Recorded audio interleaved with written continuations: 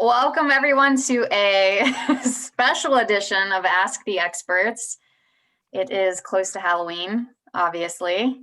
I think today we're going to talk about our vices, our guilty pleasures, maybe our shortcomings, all of our flaws. We're just going to talk about all of our flaws and insecurities. But I think before we even get into that, let's discuss what our costumes are today. Nick. Yeah, so I'm like, that's me. I'm like on the cover of a magazine. If you can't tell by my beautiful blonde hair, I think I'm just like here.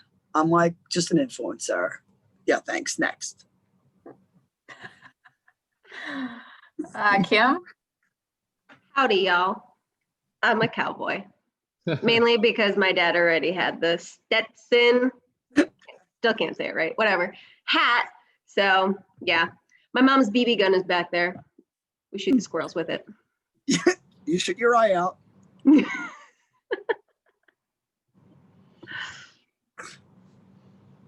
Peter.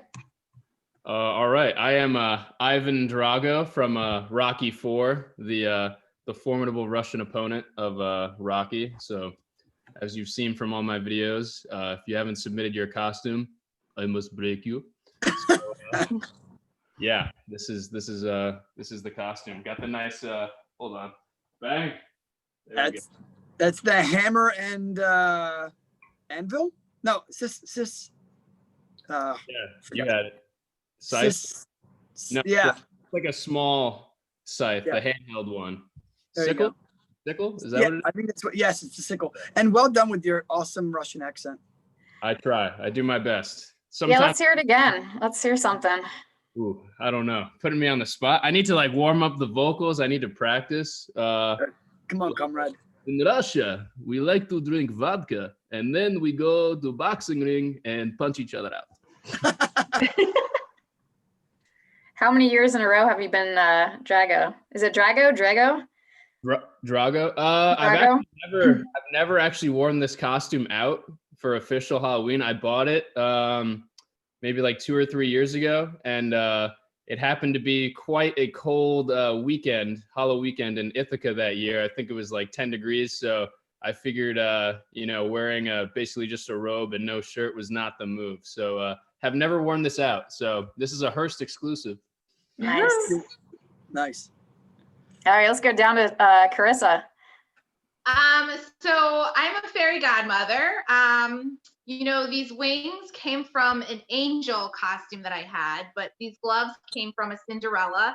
But I just really like the crown to go with it, which is from one of my old, very, very old ballerina costumes when I was a little girl. Yes, I still have them and all the costumes. So I kind of just put it together, and I just feel like I am the fairy godmother.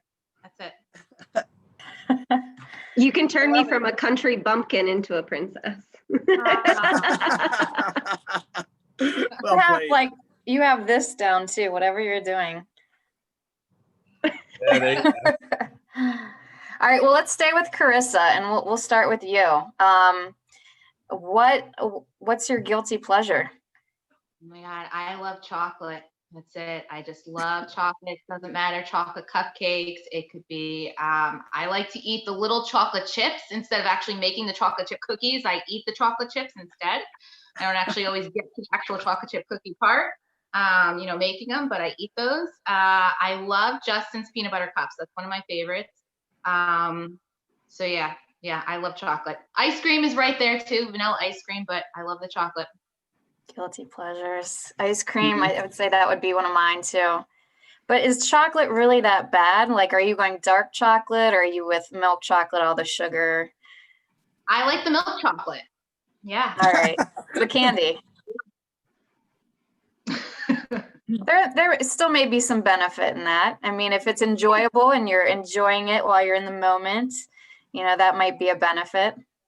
Mm-hmm. Chocolate martinis, that's another great option there. She's combining sins now. I like it. Anything it's chocolate. So pretty. It's hot.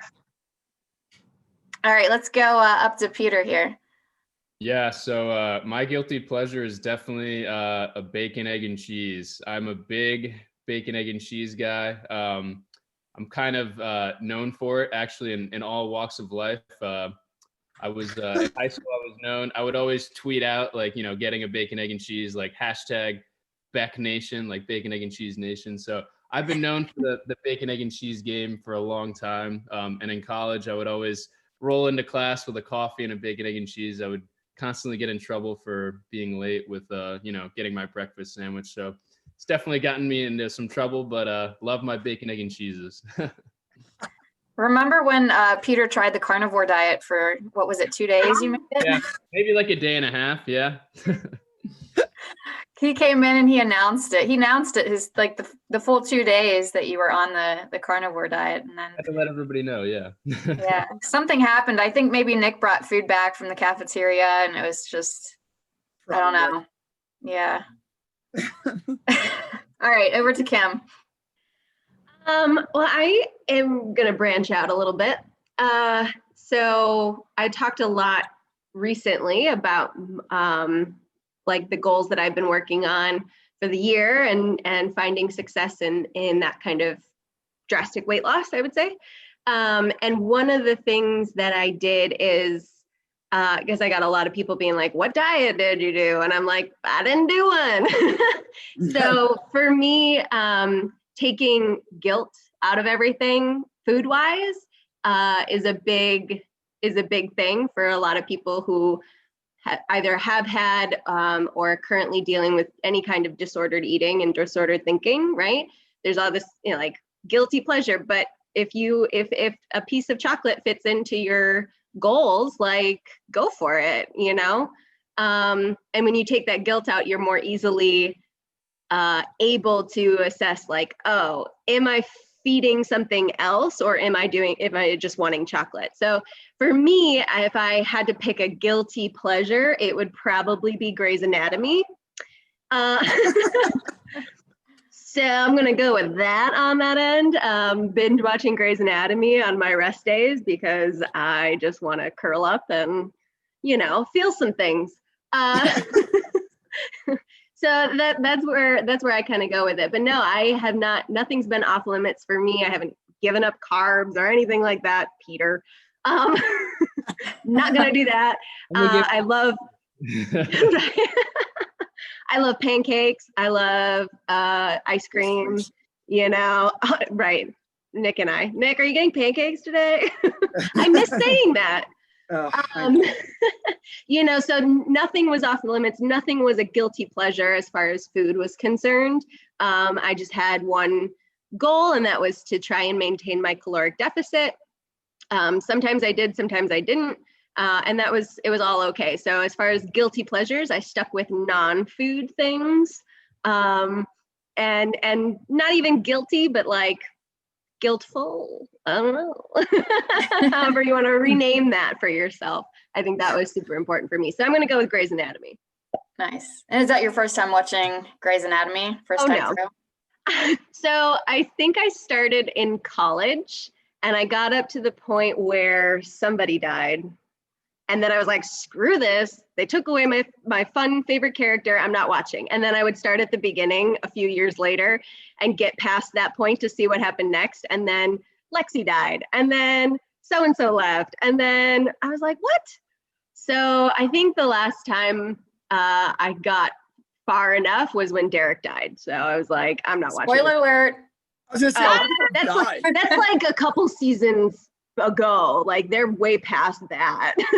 I haven't seen any of that, so I don't think it's really a spoiler alert.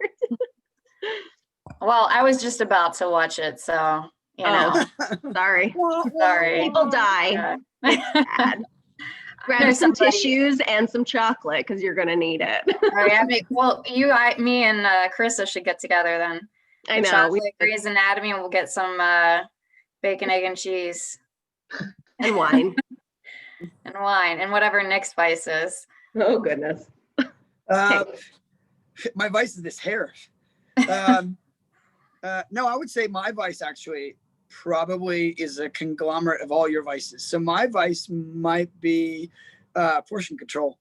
Although I've definitely identified myself as not an addictive personality, thank God, because I get bored with the, stuff. But I do say when I enjoy something, I enjoy it, and I'll eat like the biggest steak or the entire pizza, or the dessert menu doesn't go by like the dessert. It's what side of the menu am I ordering for the dessert. So it's I'm a consumer. I enjoy it all.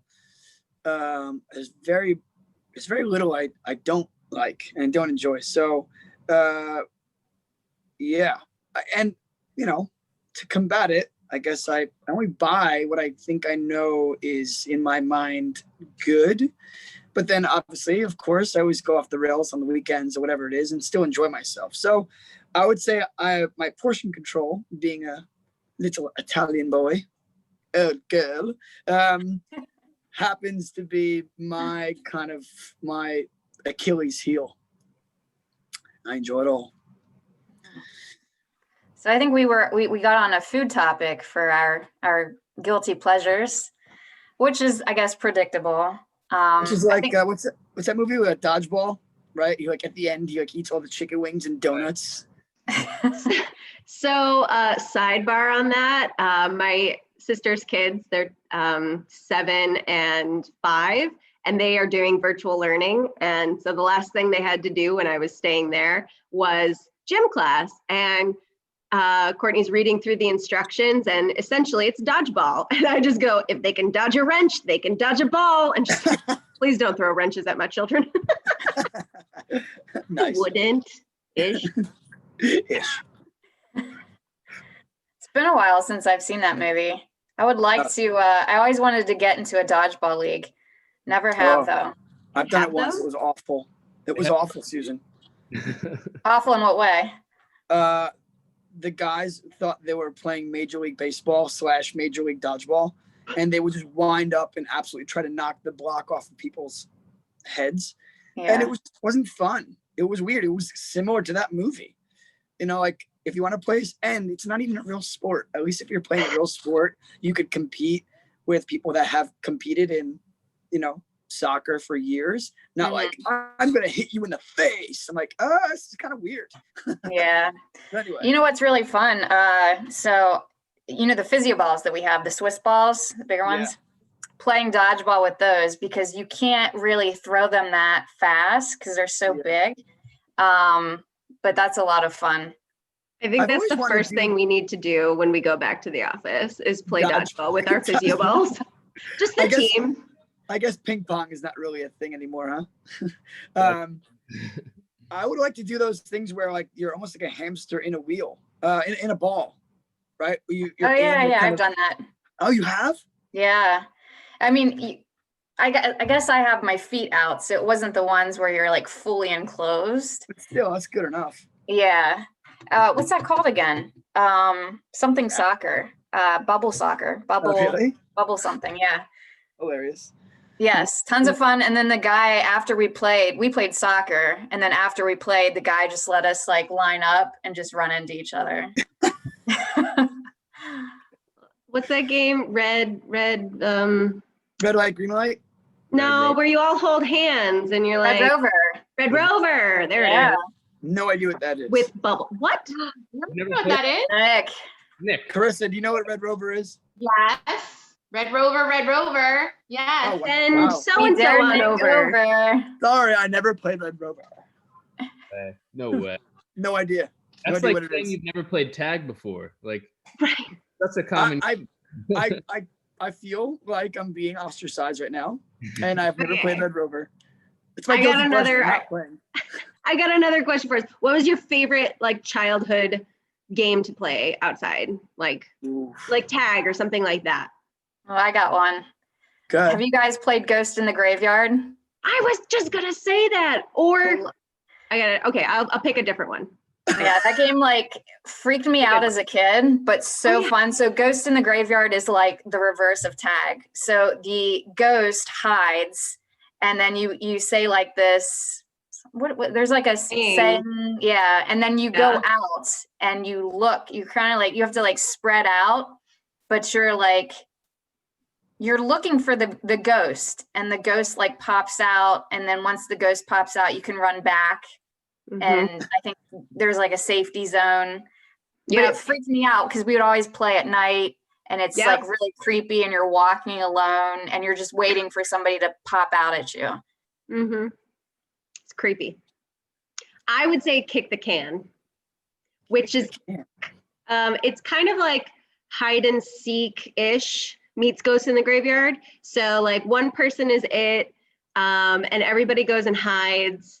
You have to play at night, and you all wear like dark clothes. You know, my sisters and I, we would get into it, and like all the neighbor kids would come to our house because we had this big farm, and you would get into it. So you'd hide in trees or on like the hay bales or whatever. And so as the person who's it finds people, you have to count to 10 really fast and then say that person's name, and then they have to go to jail. And there's a big can. We usually use those like big Folgers cans or whatever. And the other people who are free, once there's a few people in the jail, their goal was to try and get everybody out while the person is still looking for everybody. And so when you kick the can to release everybody from jail, you have to say, kick the can, and everybody runs away. I mean, who doesn't like a game of like Manhunt or Tag? But we played roller hockey every weekend without fail, rain or shine, snow or whatever.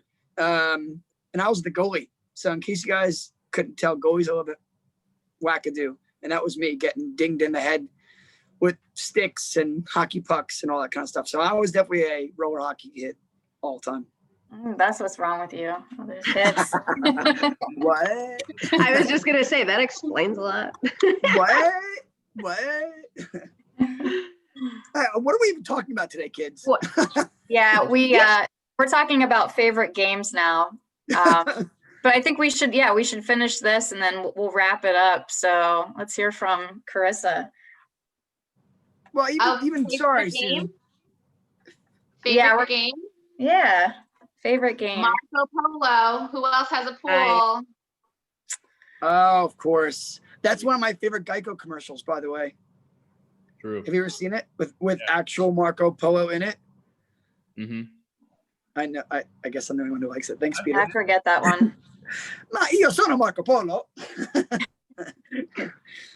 Anyway, hey, I got a question though. With our kind of weaknesses, our vices that we have, maybe there's a way we could suggest how to overcome them, or I mean, yes, it's okay to have your guilty pleasures, and that's the biggest takeaways. That's why they're pleasures.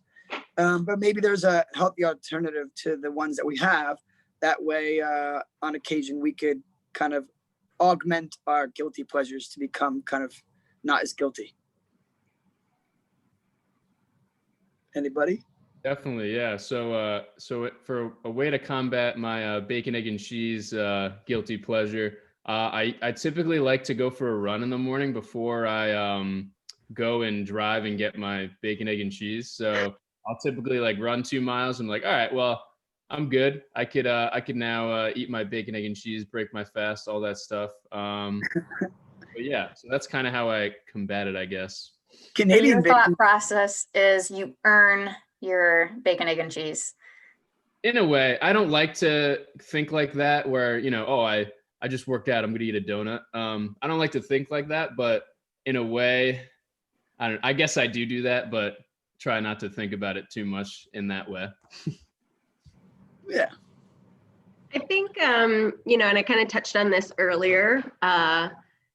For me, and I think a lot of people kind of fall into this with something similar to what Peter said, is, okay, so an Oreo is X amount of calories and a million jumping jacks is that same amount. Like, okay, so they cancel each other out. That's not really the reason we work out though, right? So right. Making that kind of a thing just adds to the stress and pressure. Just adds to whatever that was, the stress and pressure that we put on being perfect when it comes to our diet. And I think, claiming foods are good or bad adds to that as well. So for me, I take all of that away.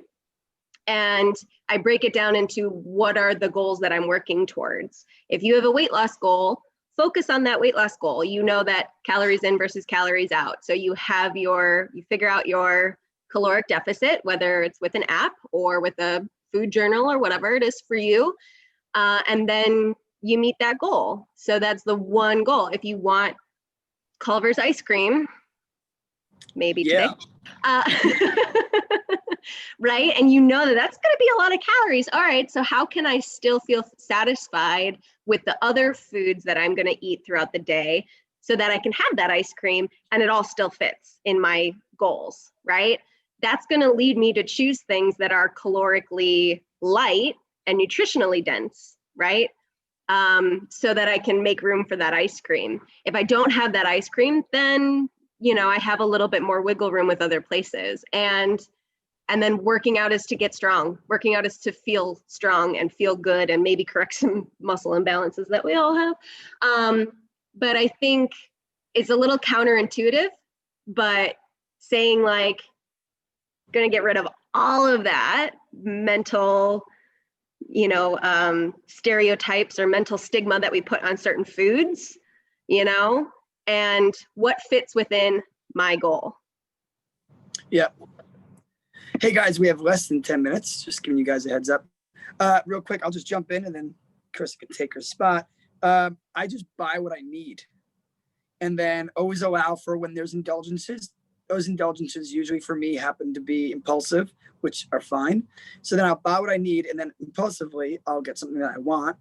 And if I buy what I need, I tend to not then overdo what I'm eating or drinking because I only bought a certain amount and I'm not gonna be buying like a Costco amount of eggs and bacon, but if I buy enough for a person or two, then we're good to go. So a lot of it is thinking, actually reframing my mind from a budget consciousness and trying to be as fiscally responsible first and everything else kind of falls afterwards. That's the operational side of me, you guys know, unfortunately, which is not as fun as this guy.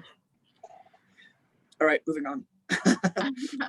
I think, a thought would be making your healthy, making the option at home a healthier version, making it at home. And then if you want to go a step further, maybe it's brownies that you made, they're homemade, the ingredients that are in the brownies. You could separate those brownies once you're done making them. Now you could put a certain serving size to the side. It's not like you're going to keep cutting at it and you're going to keep eating it and then you're not sure how much you ate. Now you're enjoying it, but now you can enjoy it on, maybe a few days, but at least you're getting a certain serving size. It's not an overabundance of calories or overabundance of a serving. And another thing too, just like we talked about ice cream is another great dessert that we all enjoy, but buying the ice cream at home, maybe you buy a pint and not a gallon. I know I've been to the boardwalk before and I say I want a cone with ice cream and they give you a whole entire cone and you have no idea how many calories are in it or it's how many cups this really is. So maybe enjoying those desserts at home and buying a smaller portion size if it happens to be ice cream, divvying out the slices of pie or cake or whatever it might be to help keep you on track, but not completely feeling like I have to give this up because I'm not giving up sweets and desserts. That's just the way it is. Sending those brownies to maybe a certain friend or colleague, coworker. Never know. Yeah. The guy who lives that way. Nick lives across the water that way from me. Who said brownies? So I can kind of take what all of you guys have said and combine it. Like I agree with Nick for the most part. I'm on track. I only buy what I need. I don't buy in bulk because I know if I do, I know myself, I'm just going to keep consuming. So I just have available what I need for that day. And I mean, that makes shopping more frequent. But I'm able to get away with that just being by myself. But then when you do go off the rails, like Kim says, that guilt too. I think just not having that guilt, just accept that, hey, enjoy it while you're enjoying your guilty pleasure and don't feel guilty about it. Let it happen, enjoy the moment, and then get back on track. I don't know if you guys know of Stephen Fry. He had said, there was a quote, it was, just as money is the root of all evil, so too is the belief in shamefulness that is the root of all misery. So when you have that shamefulness or that guilt, that is the root of misery. So just being able to kind of accept those days, those cheat days, whatever it is, and then just trust yourself to like get right back on the bandwagon the next day. But you know, that's something I think that everyone is always trying to perfect and give ourselves a break. Very true. Balance. One of my favorite quotes, and I think it was just from a client of mine, all things in moderation, including moderation. So there you go. Binge every once in a while. Take it from me, kids. Yeah. All right. Well, with that, let's wrap up our third little panel, and we'll see you guys. We have some special guests on the next one, Susan. I want to Do tease we? it out there. We have some special guests. Obviously, we're always consistently invited, but we have other guests who are in and out of our Hearst doors in the fitness room. And they're experts in their own right and in their own field. So keep an eye on that for next time. Nice. All right. I'll see you guys soon. All right. See you, everybody. Adios.